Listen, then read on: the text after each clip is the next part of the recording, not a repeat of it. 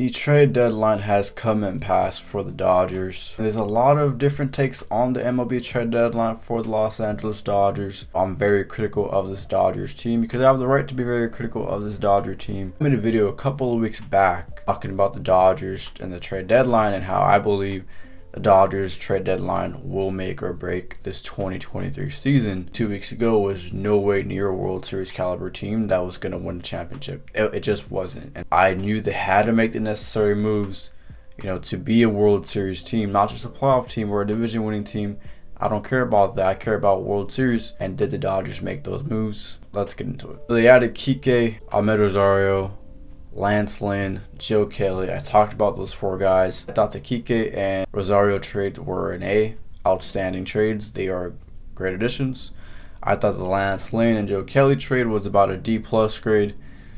And then on deadline day, August 1st, the flurry of moves, it's counting down the hours.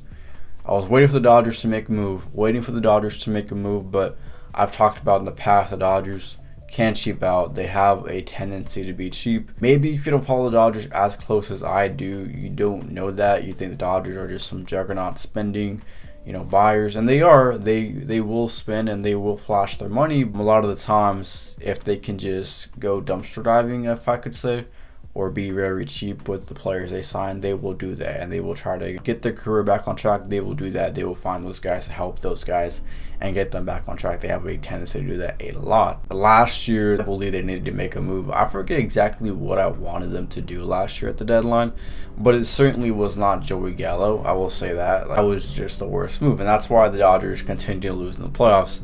You're adding a guy like Joey Gallo to the lineup that he's only there for home runs. He's literally there for slug, and slugging doesn't win you games in the postseason. It just doesn't. So I don't know who idea that was in the front office to say, yep, Joey Gallo is our guy for 2022, and they were out in the NLDS. That was a terrible move.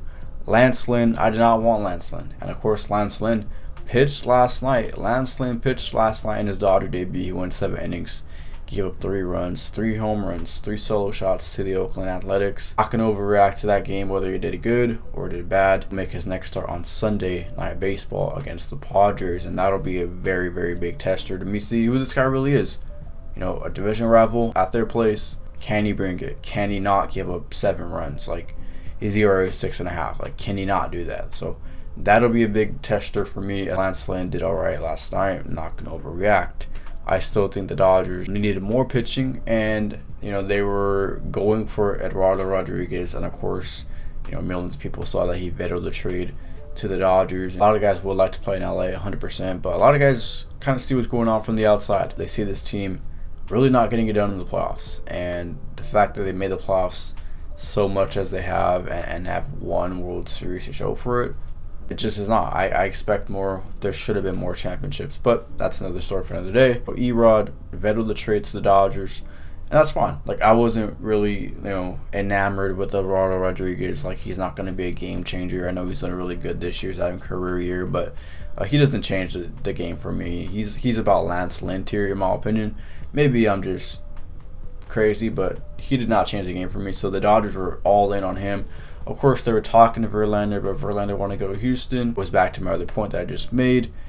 Houston has a tendency to actually win in the postseason. The Dodgers sort of don't. JV went back to the Astros. Good for him. Dodgers, I wanted Jack Flaherty. They didn't get Jack Flaherty either. They didn't get nobody. They didn't get Max Scherzer. They didn't get anybody. Came away with Ryan Yarbrough was their latest deadline edition at the very last second. Former Ray, better known as the Tampa Bay Ray, he even pitched in the 2020 postseason against the Dodgers, I believe. And so Ryan Yarbrough came over from the Kansas City. Of course, the Dodgers also wanted Dylan Cease, and I would have loved Dylan Cease as well.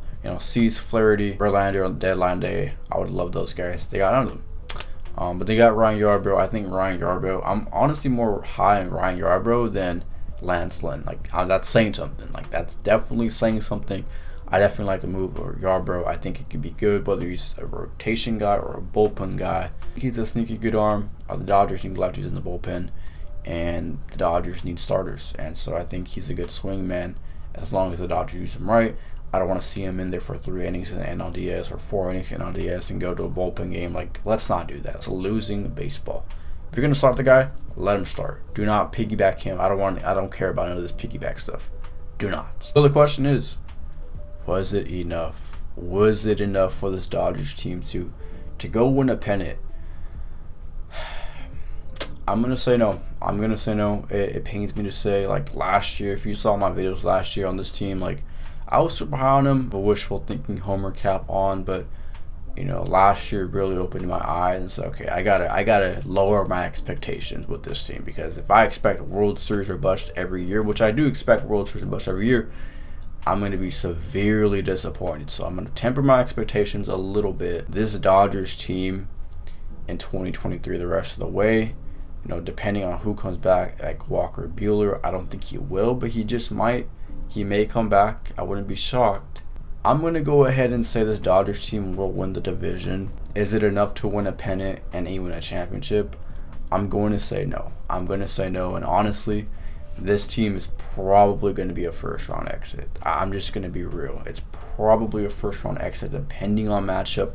I think if they match up with the Brewers, I think they definitely could beat the Brewers. So, in that case, they could make NLCS. If they match up with the Reds have owned us this year, and playoffs could be a different story, and it could be a whole new ballgame. But I still think the Reds probably beat us as well in the NLDS. But I think they could beat the Brewers. Other than that, I'm not sure I'm picking them to beat anybody else in the division series as of right now. I'm not sure. But that could change. Maybe I could pick them to beat a couple other teams when the time does come. But as of right now, I think this team is probably an NLDS exit. So I hate to say that, but it's just the truth. And Andrew Friedman, Brandon Gomes, and ownership sort of cheaped out. I know they went after E-Rod, but come on. Like, that doesn't do it for me. So, are they saving money for Ohtani? Were they cautious last offseason, this deadline, to save money for Ohtani? Time will tell on what the Dodgers are really trying to do here.